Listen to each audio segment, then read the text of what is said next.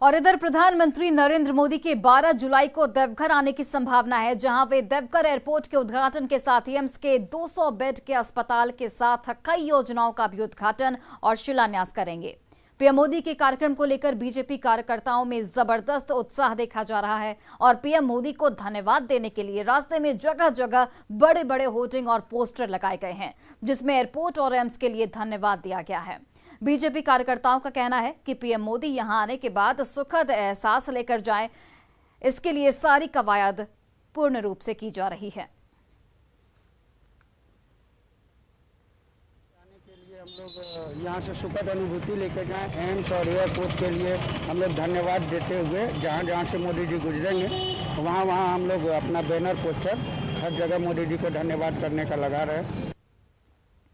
देश के प्रधानमंत्री नरेंद्र मोदी 12 जुलाई को देवघर पहुंचेंगे, जहां एयरपोर्ट का उद्घाटन के साथ साथ देवघर एम्स के 200 बेडों का अस्पताल का भी उद्घाटन करेंगे। वहीं उनके स्वागत को लेकर लगातार तैयारियां की जा रही है।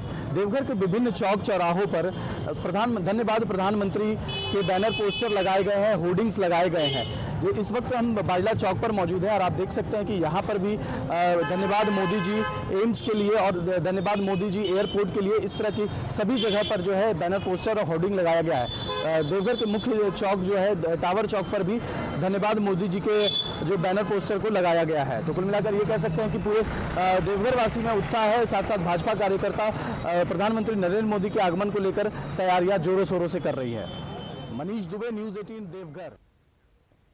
और देवघर में 2 साल के बाद आस्था का महाकुंभ लगने वाला है। इस बार श्रद्धालुओं की संख्या में काफी बढ़ोतरी देखने की संभावना जताई जा रही है, जिसे देखते हुए पुलिस सुरक्षा इंतजामों में लगातार जुटी है। एसपी ने इसके लिए विशेष रणनीति बनाई है, जिसमें 2019 से अधिक संख्या में पुलिस बल की तैनाती होगी। वहीं ड्रोन कैमरे से नजर रखने के साथ ही सादे लिबास में भी पुलिसकर्मी जगह जगह पर तैनात रहेंगे, जो मेले के दौरान चप्पे चप्पे पर अपनी पैनी नजर रखेंगे। वहीं मेले के दौरान सफल व्यवस्था के लिए ऐसे अधिकारियों और जवानों की एक खास टीम बनाई गई है, जिनके पास मेले में काम करने का अनुभव है। जिन ऑफिसर्स ने यहाँ काम किया है, जो 8-10 साल से यहाँ काम कर रहे हैं, कुछ लोग यहाँ से 15 साल से भी काम कर रहे हैं, उन सभी ऑफिसर्स के साथ में रूट लाइन का बारीकी से निरीक्षण किया गया है और जो स्ट्रक्चरल चेंजेज आए हैं, जो आने वाली संभावित भीड़ है और पूर्व के जो अनुभव हैं, उनके अनुसार कुछ पॉइंट्स पे हम लोगों ने बल बढ़ाया है, जो आपको पूरे पॉइंट्स पता है। तो हमको उम्मीद है कि बाबा भोलेनाथ की कृपा से इस बार सावन का मेला बहुत अच्छे से पार होगा और कांवड़ियों को कोई असुविधा का सामना नहीं करना पड़ेगा। और गोड्डा में ललमटिया का ईसीएल कोयला खदान बड़े हादसे को न्योता दे रहा है। ईसीएल की बैठक बगल में बसे बसडीहा गांव के लोग दहशत भरी जिंदगी जी रहे हैं। दरअसल यहां गार्ड वॉल नहीं होने से कभी भी कोई बड़ा हादसा हो सकता है। यहां खदान से महज 20 मीटर की दूरी पर सड़क है और 50 मीटर की दूरी पर बसडीहा गांव बसा हुआ है। गार्ड वॉल नहीं होने की वजह से इस क्षेत्र में कई दफा खदान में गिरने से महिलाओं की मौत भी हो चुकी है। बावजूद इसके लापरवाही थमने का नाम नहीं ले रही है। क्या क्या डर है गार्ड वॉल नहीं होने से? गार्ड वॉल नहीं रहने का बच्चा भी गिर सकता है, गाड़ी भी गिर सकता है, कुछ भी हो सकता है। रात में तो अंधेरा में कोई भी उस पार चला जाएगा। हाँ, कितनी एक बार तो गिरा है। तो गार्ड वॉल एकदम कहीं नहीं है, यहाँ से लेके वहाँ तक नहीं है, कहीं नहीं है। नहीं। तो इसमें डर नहीं लगता कि गिर जाएगा कोई? ये डर तो हम लोग को पूरा डर है, जो मतलब रात में आएंगे किसी तरह इधर उधर हो जाएंगे तो हम लोग तो खदान में गिर जाएंगे ना। लेकिन फिर भी बोलते नहीं है ईसीएल को कि कर, कितना बार बोलते हैं लेकिन नहीं कुछ करता है, तो क्या बोलेंगे? ऐसे ही चल रहा है, ऐसे ही चलता है।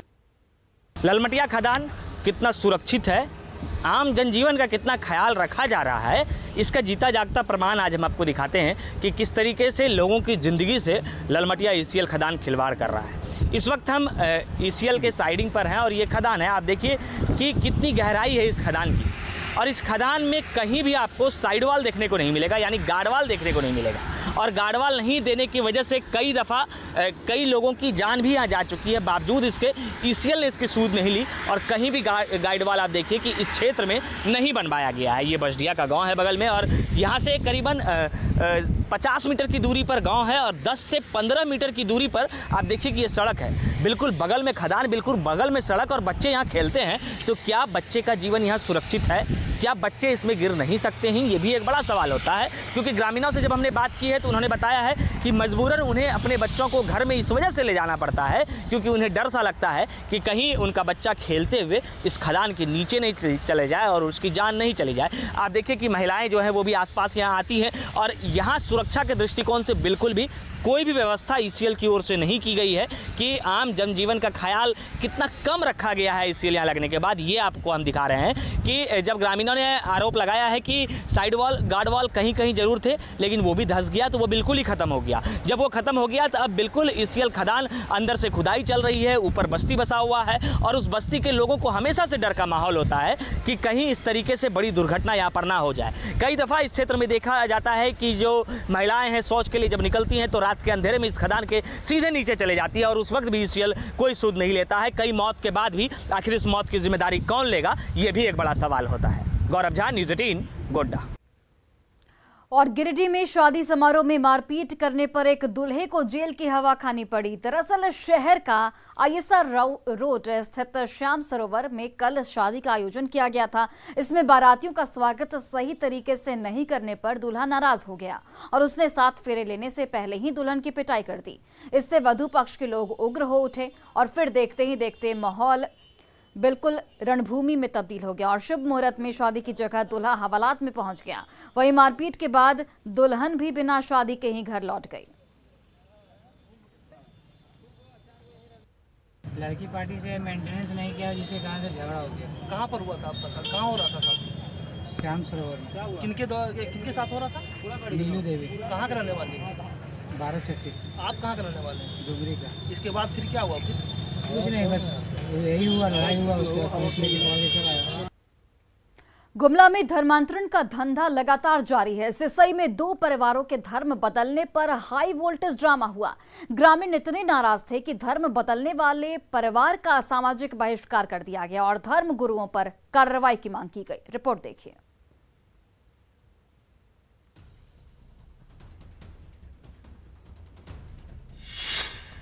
गुमला में धर्मांतरण का नंगा खेल। सिसई में 2 परिवारों ने बदला धर्म। धर्मांतरण पर हाई वोल्टेज ड्रामा। सरना धर्म में वापसी की कोशिश फेल। ग्रामीणों ने किया सामाजिक बहिष्कार। गुमला में धर्मांतरण का नंगा खेल रुकने का नाम नहीं ले रहा। सिसई प्रखंड में जब 2 परिवारों ने अपना धर्म बदल लिया तो घंटों हाई वोल्टेज ड्रामा चलता रहा। पुलिस प्रशासन के साथ पंचायत प्रतिनिधि और हजारों की संख्या में ग्रामीणों की मौजूदगी में ग्राम सभा का आयोजन हुआ, जिसमें मामले को सुलझाने की कोशिश की गई।